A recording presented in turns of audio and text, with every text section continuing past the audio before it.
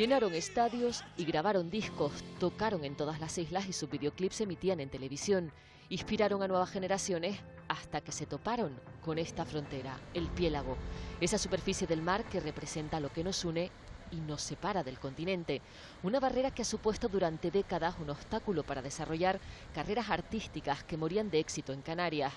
Saot es un artista que quiso saber de dónde venían las bandas que le precedieron y que decidió saltarse todas las fronteras con la única ayuda de su talento. Carlos Cabrera Suárez, más conocido como Sao, bienvenido a Canarias Escultura. Gracias por invitarme. Bueno, eres realizador, productor, DJ y además una de tus marcas personales es precisamente la autonomía, ¿no? Tu independencia. Eres de esas personas que intenta sacar todo por sí mismo.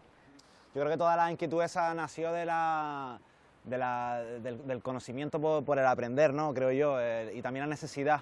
Uno intenta, por ejemplo, cuando quiere grabarse un videoclip, en vez de llamar a alguien, pues vamos a hacerlo nosotros, quiere hacer una portada para un trabajo y dice, pues vamos a hacerlo nosotros, y al final yo creo que en todo ese proceso del aprendizaje y del querer aprender cosas y de la necesidad, pues nace toda esa autogestión, ¿no? De lo que llevamos dentro, ¿no? para poder hacerlo, ¿no? Imagino que con esa filosofía nació también tu productora, Chocolatex. Sí, Chocolatex nació ya hace 10 años y nació un poco porque quizás en esa faceta del aprendizaje y del conocimiento encontré lo que realmente me apasionaba, que era la realización de vídeos musicales. Yo ya tenía una vinculación muy fuerte con la música, concretamente con el hip hop, y yo creo que por la necesidad, como te he nombrado antes, encontré lo que realmente me apasionaba en el camino, ¿no? Bueno, háblanos de Piélago, ese documental, ¿no? de 2 horas en el que bueno, hablas un poco de la historia de la música en Canarias.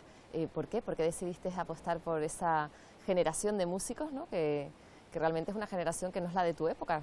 Piélago nació, yo creo, de la curiosidad. Siempre he tenido curiosidad por todo lo que me ha rodeado, de mis orígenes, ¿no? de dónde vengo, y era un proyecto que tenía en mente hace muchísimo tiempo y, no sé, coincidió también en una época que estaba ahí un poco a las pensas, ¿no? de qué iba a pasar, y dije, tengo que meterme en este proyecto. Yo sabía que me iba a costar bastante trabajo porque no iba a tener ningún tipo de financiación, iba a tener que dedicar todo mi esfuerzo y mi dinero a ello, y a medida que fui avanzando en la investigación de este trabajo, y hice unas entrevistas previas, un poco para tomar los primeros contactos y avanzar un poco en el proceso, pero fue un proyecto que fui descubriendo a medida que iba avanzando, a medida que iba haciendo cada entrevista, pues como si el saco de arena se iba llenando, y fui descubriendo cada vez más, e incluso llegando el momento de decir, esto se me está quedando demasiado grande, pero vamos a intentar llevarlo por el mejor camino para poder seguir conociendo, ¿no? Yo me negaba que fuera un proyecto que fuera un poco, vamos a contar los 60, los 70, los 80, los 90, un poco porque consideraba que eso era aburrido, y también a medida que iba avanzando se iba convirtiendo en un proyecto personal porque me estaba costando tomar decisiones, tanto personales como laborales, porque era como, ¿qué hago? ¿Paralizo el trabajo para poder dedicarle tiempo a esto? ¿Por dónde voy a continuar en este proyecto? Y al final se convirtió en un proyecto bastante personal. Ellos son 6 chicos, vienen desde Canarias y se llaman Soul Sanes. Espera, ¿en serio que hay bandas en Canarias? Y es en ese momento cuando la música se acerca más a ti y dejas de verla como algo lejana. Quieres formar parte de ella y dices, ¿en serio que hay bandas en mi isla?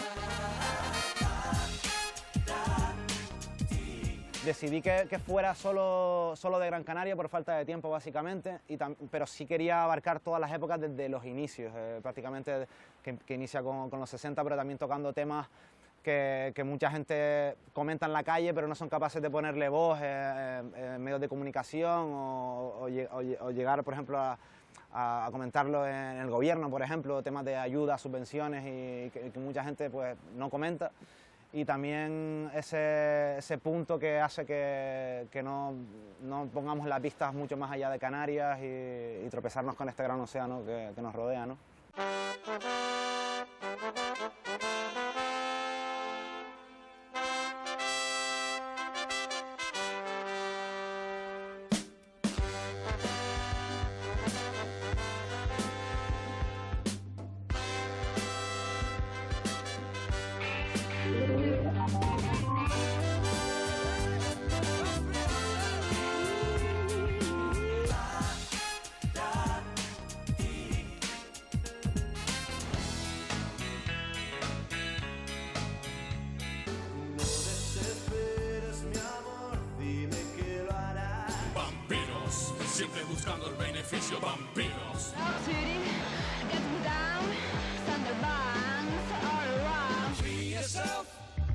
yourself from the one behind. Free yourself from your mind. Free yourself from the one behind. Yo cuando oía lo que hacíamos decía que somos un puto desastre que te cagas, tío. Somos unos músicos de mierda, ¿sabes? Pero a la gente le gusta.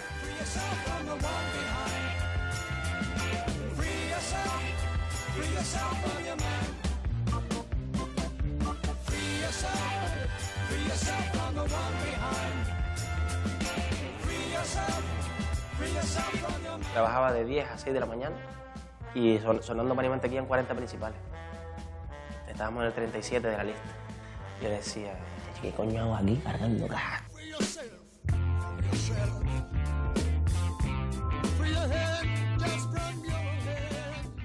Tan personal este proyecto que lo hiciste además de manera una vez más independiente, ¿no? Sin esperar una subvención, una ayuda. ¿Lo sacaste para adelante como tú pudiste por ti mismo?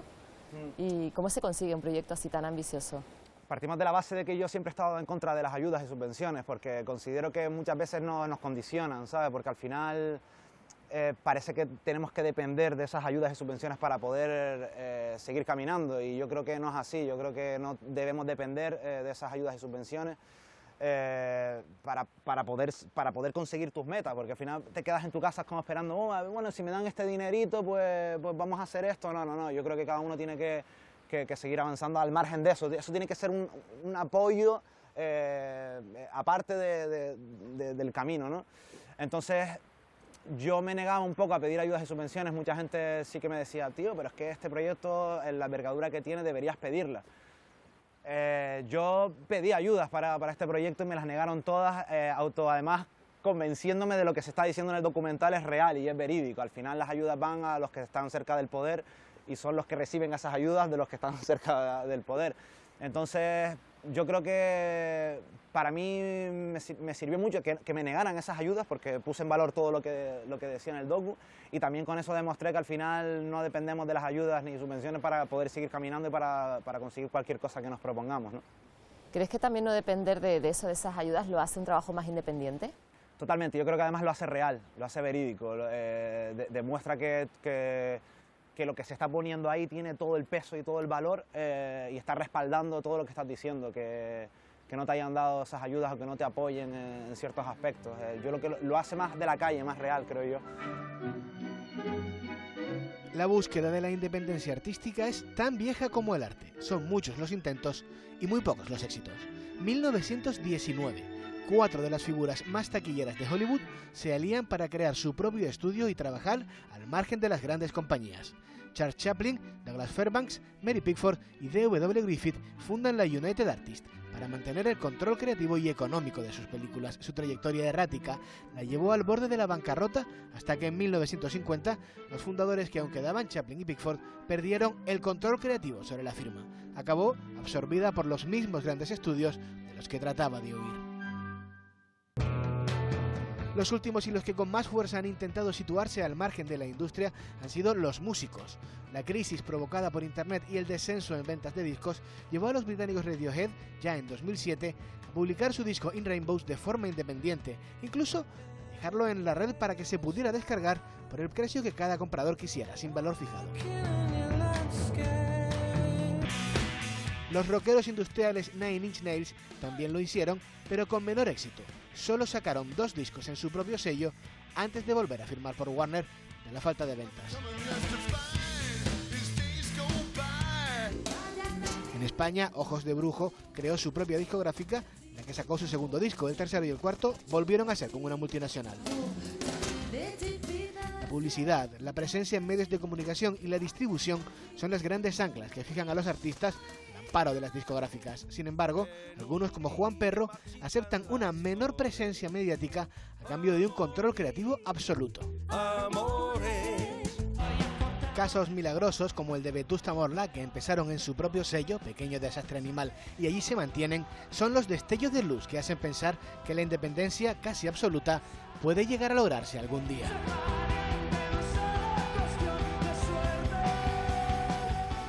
¿Y qué ventajas crees que tiene el hecho de autogestionarse para el creador y para el producto final? Yo creo que lo bueno de no depender de nadie, pero ya no solo de instituciones, sino de terceras personas o de empresas que te financien tus proyectos, es que al final no dependes de nadie y puedes ser libre a la hora de crear. Entonces cuando hay alguien que te está financiando, al final te condiciona en ciertas maneras porque tienes que seguir unas pautas que te dictan, o en el 90% de los casos es así, o cuando recibes una ayuda del gobierno, de un ayuntamiento, de un cabildo, al final estás condicionándote y estás mordiendo la mano que te da de comer, porque al final no eres libre. Si yo me pongo a pensar, si realmente hubiera tenido alguna ayuda en el documental, por ejemplo, de un gobierno, de un ayuntamiento, al final me hubiera condicionado y me hubiera planteado seriamente si algunas cosas que se dicen en el documental debería decirlas o no. Entonces, como a mí me gusta ser totalmente libre y no depender de nadie, pues al final prefiero, como decía antes, no depender de ningún tipo de ayudas para poder expresar libremente todo lo que pienso y la realidad de lo que está ocurriendo, porque es una de las cosas que creo yo que nadie ha dicho, porque muchos están dependiendo de esas ayudas y subvenciones, y mucho peor aún, dependen de esas ayudas y subvenciones para poder seguir creando, que eso es un poco más triste, ¿no? El documental Espiélago luego tiene un subtítulo, Morir de éxito en Canarias. ¿Por qué morir de éxito en Canarias? ¿Y crees que sigue pasando eso? El documental en un principio se iba a llamar Piélago a secas, lo que pasa que hablé con varios periodistas y desde su punto de vista yo buscaba también un punto de apoyo en ese sentido en cuanto a la visibilidad del documental, y me dijeron que lo más recomendable sería añadirle un subtítulo. Casualmente uno de los entrevistados que sale en el documental, Patricio de Soto, nombró esto: si los grupos mueren de éxito en Canarias, porque al final tocas en todos los sitios de Canarias y llega un momento ya que ya no hay más nadie que te quiera ver, no hay más público, no hay más mercado a donde acceder, y mueres de éxito en Canarias. Es una frase que vino perfectamente para describir ya no solo el documental, sino la cultura en Canarias, ya sea música, sea escultura, pintura, humor. Llega un momento que ya no sabes por dónde continuar y sales fuera de Canarias o aquí mueres de éxito. Yo creo que eso ha cambiado, sobre todo con las nuevas generaciones y con la era de Internet ha cambiado. Yo creo que ya si mueres de éxito aquí es porque quieres, porque Internet está al alcance de todo el mundo y puedes traspasar las fronteras de Canarias, incluso desarrollar tu carrera viviendo aquí, que las últimas generaciones de artistas son lo que están haciendo, están viviendo aquí y traspasando las fronteras de Canarias, residiendo aquí en Canarias.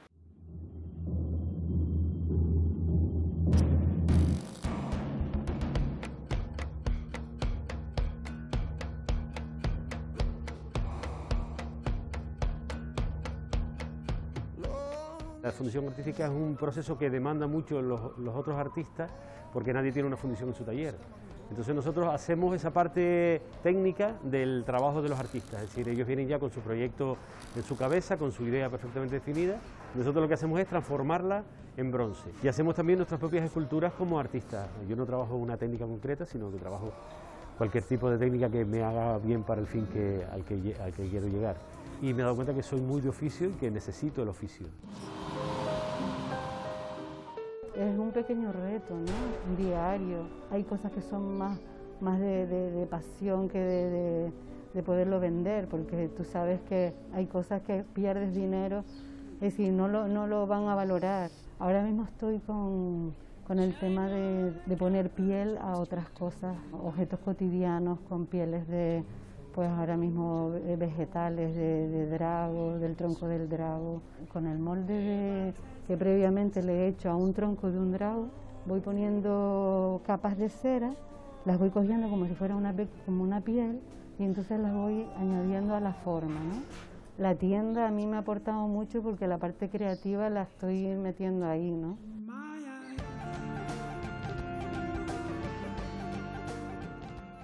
Queremos que sea un espacio en el que se hable de escultura siempre, ¿no? Y que se hable de todas las esculturas que se trabajan aquí, ¿no?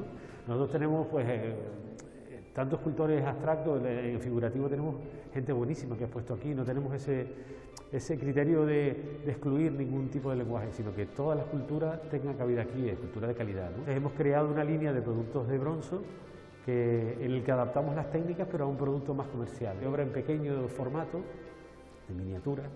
Y es genial para las casas actuales y para los bolsillos actuales, es decir, tengo pequeñas piezas que puedo disfrutar. Que sean pequeñas no quiere decir que sean esculturas menores. El debate, la propuesta estética está planteada también en una pieza pequeña. Poder abrir una pequeña escuela es uno de los proyectos que tenemos en mente, porque realmente nosotros ya sabemos que como fundidores posiblemente seamos los últimos. Es una pena que todo eso se pierda, ¿no? Es verdad que una escuela como la nuestra no podría recuperar ni sostener eso, pero sí dejaría huella en mucha gente de cómo son esos procesos, ¿no?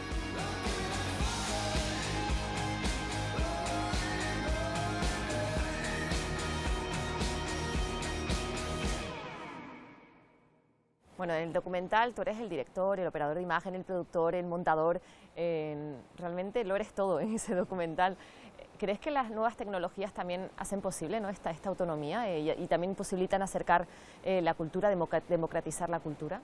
Yo creo que sí, las tecnologías están al alcance de cualquiera y cualquiera tiene acceso a la información, pero también, siendo realista, mucha gente cree que no tiene la capacidad para realizar proyectos de gran envergadura, ¿sabes? Y mucha gente acaba desistiendo por no tener por no creer en sí mismo. Al final piensa, esto se me va a quedar grande o no puedo desarrollar proyectos desde aquí, y yo creo que mucha gente tiene la capacidad para desarrollar proyectos de cualquier tipo de envergadura y hacer conexiones entre gente. Hay mucha gente que me fui encontrando a lo largo de este documental que se unía al proyecto y que me aconsejaban, que me guiaban, ¿no? Entonces eso para mí fue grande, porque al final estás creando conexiones y buscas un punto de apoyo también para continuar. Muchas veces te hace falta ese apoyo personal de que alguien esté ahí y te diga, tú puedes con esto, ¿sabes? Y que no tires la toalla porque puedes llegar a conseguir grandes cosas. Entonces creo que esa falta de apoyo con las nuevas tecnologías y el alcance de que todo puedes aprender cualquier cosa a través de la tecnología, yo creo que eso pone en valor muchas cosas que he hecho en el documental, ¿no?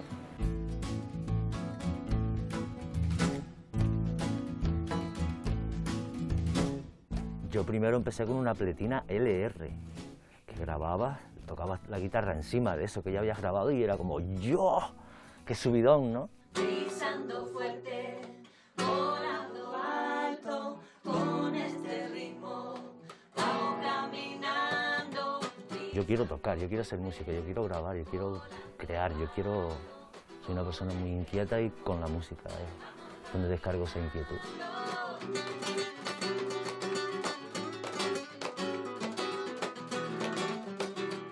Al tú tener tu propio estudio, tienes todo el tiempo del mundo para componer sin prisa y a la hora de grabar igual. No estás pendiente de que tienes que ir a un estudio y te cobran bastante por hora.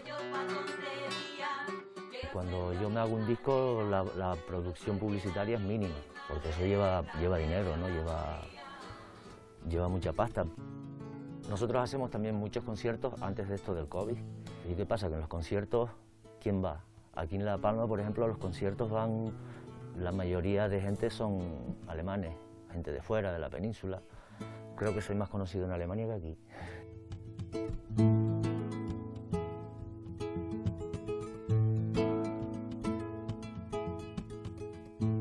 Era un lujazo, porque claro, miras este disco y miras el disco de Mestizaje y dices, este disco me lo hice yo aquí. Y una canción de Mestizaje tiene más presupuesto que 3 discos míos. Isao, ¿cómo comenzó tu interés por la música y por la imagen? Yo desde pequeñito tenía una minicadena en mi casa y fíjate que mis padres nunca me negaron Yo le pedía un montón de cosas, ¿no? Pero la música nunca me la negaron. Siempre tengo esa imagen, ¿no?, de pedirle CDs y traérmelos. Me acuerdo de decirle a mi padre, oye, ¿cómo se rebobina el CD? Porque estábamos acostumbrados a las cintas, ¿no? Y yo creo que mi inquietud con la música, o por lo menos de poder conectar con la música de cierta manera o de meterme en la música, yo creo que nació cuando empecé a ver a bandas canarias. En 1997 tenía 12 años y la televisión hizo mucho, veía todos esos vídeos musicales. Hasta que un día tropecé con esa banda y así fue como descubrí el hip hop. Sé ni cómo montármelo para poder entrarte, ni lo que hacer para poder hablarte. Busco la forma de encontrarte, eres justo. Recuerdo enseñárselo a un amigo del colegio y este me dijo que eran de Canarias. Yo no me lo creía mucho, pensaba, alguien que sale por la tele no puede ser tu vecino. Descubrí que eran Canarias, que digo, si en Canarias hay música y hay otros grupos que pueden hacer música, ¿por qué yo no puedo hacer música? Ahí fue cuando realmente conecté con la música de una manera bestial, ¿sabes? ¿Y a qué edad te arrancas ya definitivamente, de manera profesional? Profesionalmente calculo que con 18, 19 años estaba paralelamente estudiando y es que realmente nunca pensé en dedicarme a esto profesionalmente. Un día de repente dije, oh, me puedo dedicar a esto profesionalmente. Nunca pensé en negocio en sí, con lo que me dedicaba. Yo siempre tengo una frase que digo, dedícate a algo que realmente tú pagarías por hacer. Y realmente no solo fue con los vídeos musicales, sino fue con muchas raíces. Trabajando en radio, con los vídeos musicales, haciendo conciertos, grabando mis maquetas. Conecté de una manera muy guapa con la música, ¿no? Saut es un colega de Canarias también, muy amigo mío, y es un cacho de director y hace obras de arte. Saut es DJ, Saut hace cosas a nivel visual de una manera brutal, Saut trabaja en la radio, Saut edita, Saut rapea, o sea, que no hace Saut y era increíble. Oye, ¿tú eres partidario de que a los niños, a las niñas, se les dote de herramientas desde pequeños para que ellos mismos decidan a qué quieren dedicar su vida? ¿O eres de los que piensa que a lo mejor hay que guiarlos un poco más, orientarlos, marcarles algunas pautas? Es una buena pregunta porque es una de las cosas que siempre creo que hemos arrastrado, ¿sabes? Porque desde pequeño nos dicen que tenemos que estudiar para hacer una carrera, ¿no? Y eso está bastante bien, pero claro, desde muy pequeñito te condicionan ya a tomar una decisión que no sabes muy bien cuál va a ser tu futuro. Entonces, yo creo que hay muchos valores, aparte de todo lo que nos enseñan en las escuelas desde pequeñito, porque deberían enseñarnos también a saber lo que realmente queremos ser de mayor a nivel personal, porque nos dicen tienes que ser médico, abogado, encima nos inculcan profesiones de alto valor, cuando a lo mejor uno es feliz montándose una tiendecita pequeñita en el barrio y vivir feliz. Yo creo que eso nos deberían enseñarlos desde pequeñitos, ¿sabes? Y a tener valores personales, la empatía también con las demás personas y no solo meternos en la cabeza lo que queremos ser de mayor, ¿sabes? A nivel de estudios, ¿no?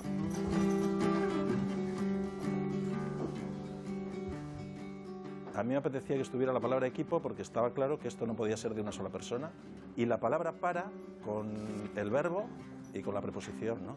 Ya está bien de tanta prisa porque estamos hablando de hace 13 años o 14, no me acuerdo muy bien, y se veía venir, ya estaba en el ambiente, ¿no?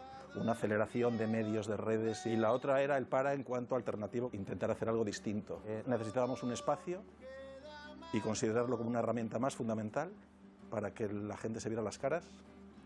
Cuando nos llama alguien con un proyecto, con una idea o para presentar algo, las condiciones prácticamente son inexistentes, pero hay algunas claves. Nos interesa que sean trabajos hechos con interés y que sean personales propios. Por ejemplo, siempre rechazamos las bandas de tributos, los homenajes a las grandes estrellas, las versiones. Lo que se presente tiene que ser algo propio, o bien algo que rompa totalmente lo ya existente, que también puede ser a través de la performance o de la acción o de la propia obra plástica, pero que rompa completamente esquemas ya conocidos y aprendidos. Esto existe gracias a esos 10 euros mensuales que pagan esas 200 y pico personas. Si no, no existiría. No hay vuelta de hoja, lo miremos por donde lo miremos. Las entradas a los conciertos son mínimos, los talleres se han prácticamente suspendido. Lo peor de la autogestión, pues que vives en un alambre. Vives pues en un alambre permanente, ¿no? Entonces necesitas creer muchísimo, comprometerte mucho con el proyecto y día a día prácticamente intentar convencer a esa gente para que mantenga su fidelidad con el proyecto. Es que es un subidón lo que te da pensar que esto lo paga gente con una pequeña parte, personas de campos muy distintos, de trabajos muy distintos, de pensamientos muy distintos, de filosofías, ideologías muy distintas, ¿no? Eso es lo admirable, eso es lo bueno, eso es lo mejor de la autogestión. O sea, que te lo curras tú y por lo tanto eso es muy satisfactorio.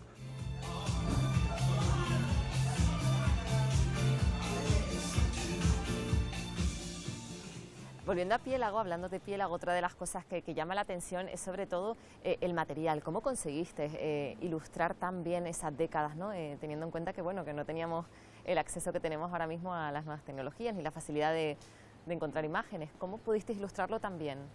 Pues fue una labor bastante tediosa porque, sobre todo también de organización, una vez que tengo ese material, pero hay muchas anécdotas con respecto a eso, porque hay mucha gente que guarda material, pero evidentemente hay gente que eso no lo saca de su casa, porque eso tiene un valor incalculable, yo lo entiendo, porque yo también tengo material de eso y es como que venga alguien externo a llevárselo, que no sé cuándo me lo va a devolver, pues Pues como anécdota yo me compré un escáner portátil y iba a las casas a escanear ese material. Entonces, claro, me dejaban los archivadores con un montón de fotos y iba escaneando a la vez que me iba contando la historia de cada foto. Entonces era como una terapia que conectaba con el artista, porque además cada foto tenía su historia y me iba nutriendo además en ese proceso, ¿no?, de recopilación de material de toda la historia de cada uno. Entonces iba archivando. ¿Esto de qué es? Pues esto es la sala de no sé qué. ¿Esto de qué año es? Pues mira, esto fue con no sé qué y no sé qué año. Entonces me iba comentando y me iba nutriendo para un aprendizaje total. Hay un montón de anécdotas así, ¿no? De la investigación que realizaste, que pusiste en marcha para llevar a cabo el documental, ¿qué fue lo que más te sorprendió, lo que más te llamó la atención de esa etapa de la historia de la música de Canarias? Yo me quedaría con el momento de finales de los 90, porque es algo que totalmente yo desconocía cuando entra en el gobierno el Partido Popular y empieza a tapiar los locales a finales de los años 90. Para mí fue impactante, porque claro, mucha gente me lo nombraba en el documental, pero yo no era consciente hasta que empecé a investigar y empecé a encontrar recortes de prensa donde las medidas que tomaron fueron súper drásticas.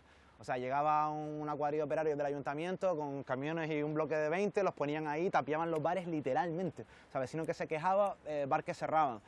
Y ya aparte de las medidas que se tomaron, que puedes estar de acuerdo o no puedes estar de acuerdo, eso conllevó al fin de muchísimas bandas y muchísimos grupos que estaban desarrollando su creatividad, y claro, como no tenían dónde tocar, dónde exponer su arte, pues al final acabaron dejando la música y se perdió para mí una generación bastante potente de músicos que podían haber conseguido muchísimas grandes cosas a lo largo de los años, y eso puso fin pues a esa generación de músicos, ¿no?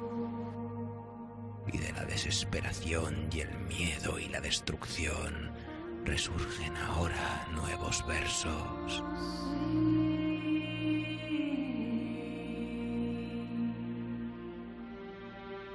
El nombre viene porque en el año 34 hubo una revolución en la cuenca asturiana, ¿no?, en la Felguera.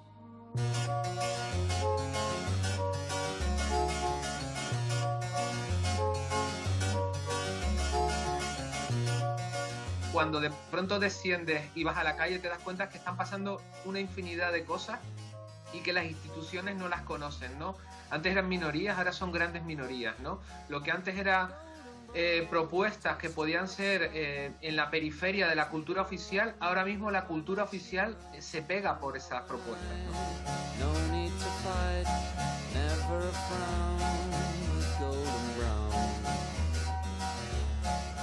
Nosotros editamos con las mejores calidades posibles, en las mejores imprentas y demás, y lo hacemos nosotros, obviamente, ¿no?, sin subvenciones, con los medios que tenemos, ¿no?